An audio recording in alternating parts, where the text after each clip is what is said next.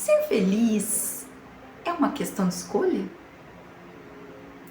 Cérebros mais positivos têm uma vantagem biológica sobre cérebros mais neutros e mais pessimistas? Será que você consegue moldar o seu cérebro na maneira como você enxerga as possibilidades e alterar a sua maneira de ver as coisas? Para esse autor aqui, ó, o Shawn Achor, é possível sim.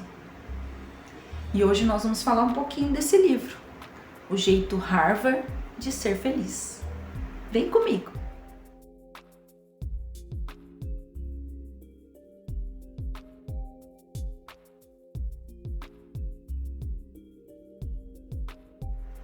E antes que você pense que é mais um livro de autoajuda, esse livro ele é um fruto, de uma pesquisa acadêmica com 1.600 estudantes da Universidade de Harvard, nos Estados Unidos, e mais 500 empresas do grupo Fortune 500, E o Shawn é psicólogo e durante a sua fase em que ele foi estudante nessa universidade, ele começou a observar os hábitos dos estudantes também. E depois, quando formado, ele decidiu então dar sequência a uma pesquisa que também já existe nessa universidade há mais de 70 anos.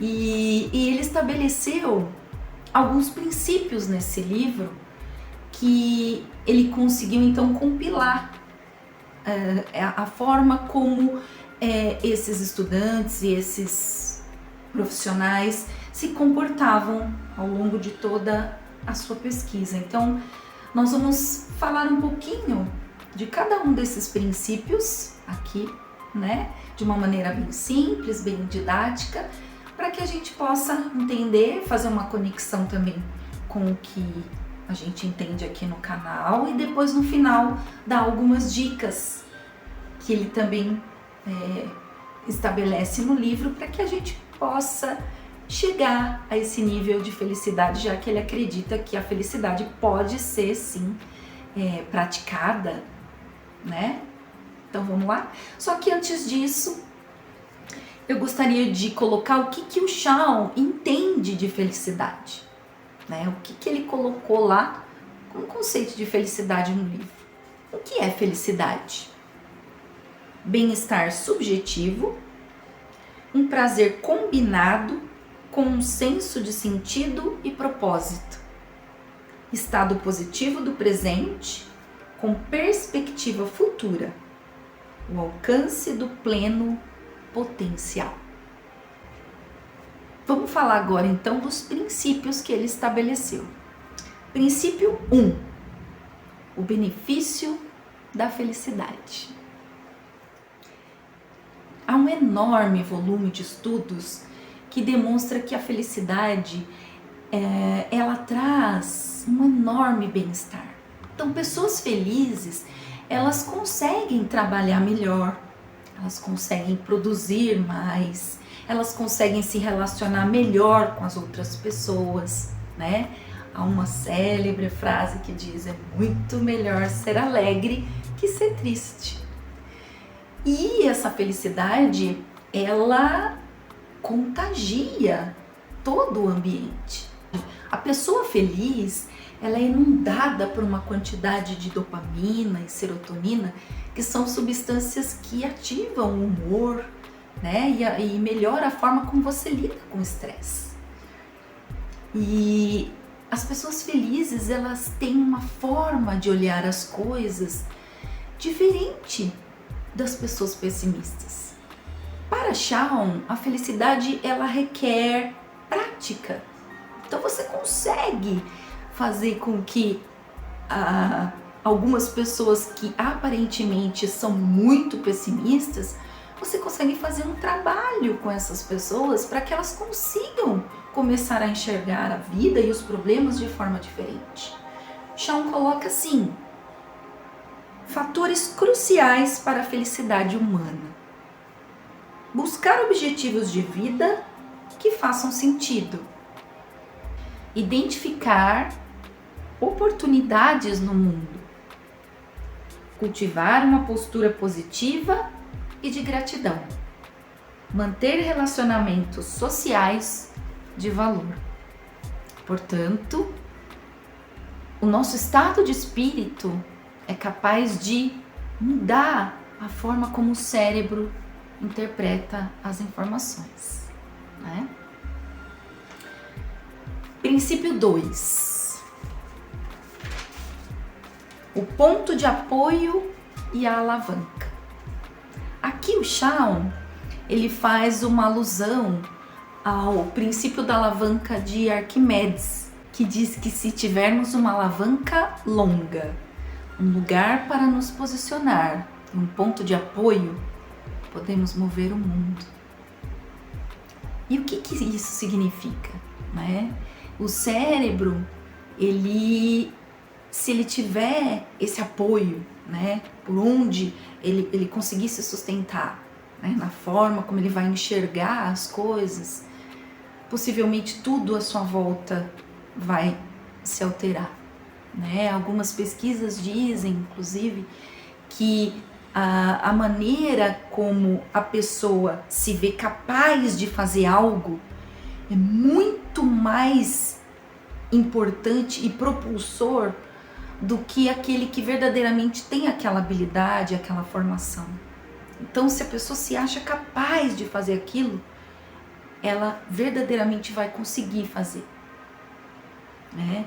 Inclusive, ele fala aqui de uma pesquisa que coloca como exemplo os placebos, né? Quando a pessoa acredita que ela está tomando uma medicação e que aquilo vai fazer um efeito, aquilo verdadeiramente faz um efeito, né?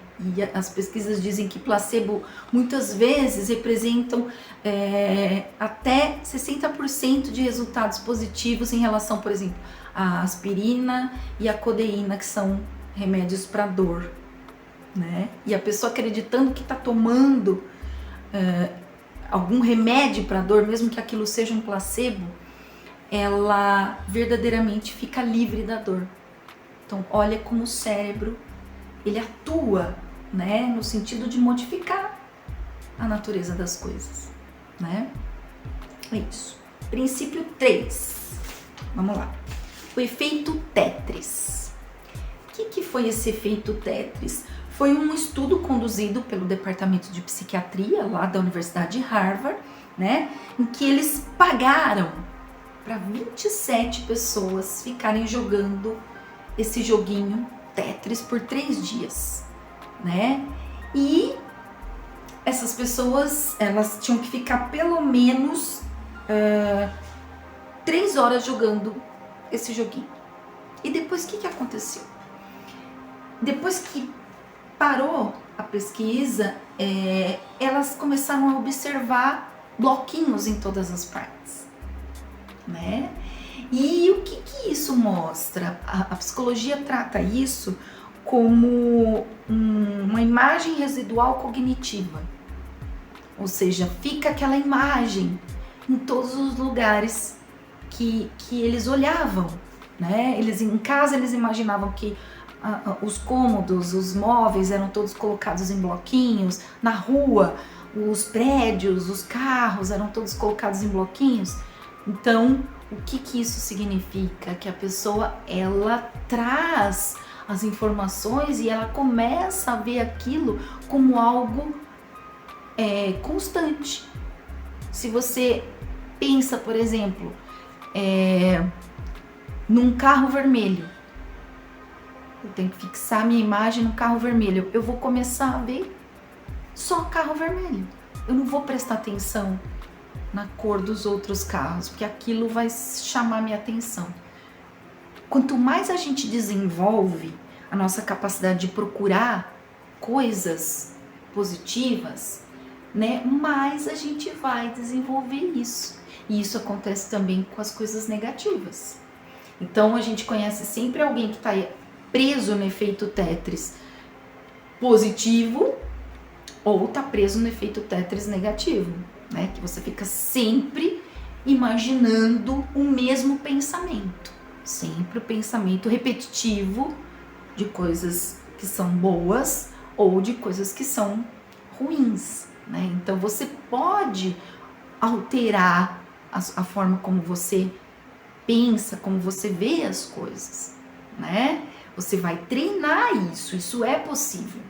Quando o nosso cérebro está constantemente, né, ligado, mais ligado no lado positivo das coisas, o Shawn ele coloca que nos beneficiamos de 3 ferramentas super importantes, que é a felicidade, a gratidão e o otimismo, que estão interligadas.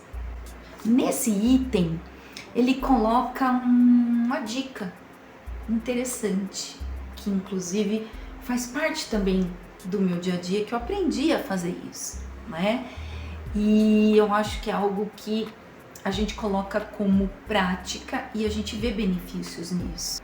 Ao elaborar, né, uma lista de 3 coisas pelas quais você é grato, você é como se você fizesse o seu cérebro trabalhar, puxar essas 24 horas do dia, fazendo com que você se fixe só nas coisas boas que aconteceram.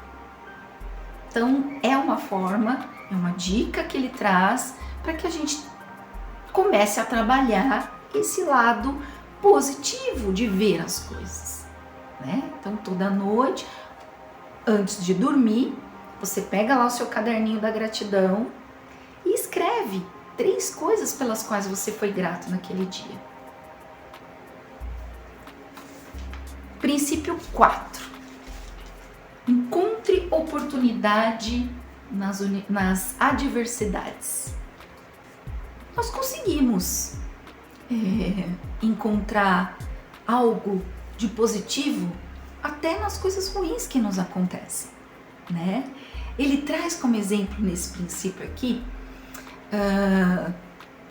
um acontecimento, né, em que várias pessoas estavam no banco e chega um ladrão nesse banco e ele dispara um tiro, né, porque ele se vê encurralado diante da situação, ele dispara um tiro e acerta uma pessoa, mas acerta essa pessoa no braço e consegue fugir.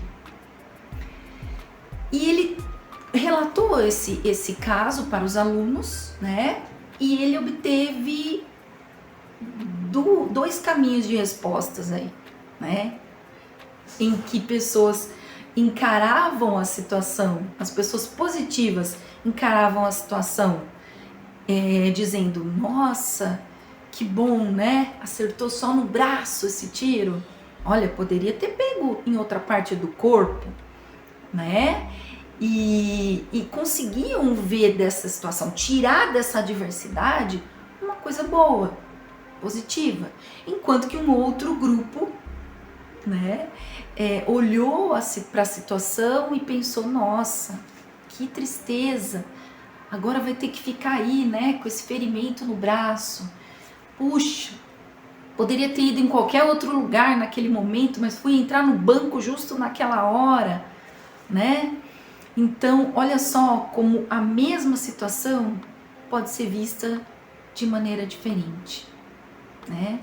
Então, ele trouxe essa observação para os alunos. Olha como que a grande maioria, inclusive ele traz uma porcentagem que é chocante. Somente 25% das pessoas observaram esse episódio como algo, conseguiram extrair algo positivo do que aconteceu. E o restante das pessoas, infelizmente, só observaram o lado ruim do acontecimento. Princípio 5. O círculo do Zorro. O que ele traz então nesse princípio aqui?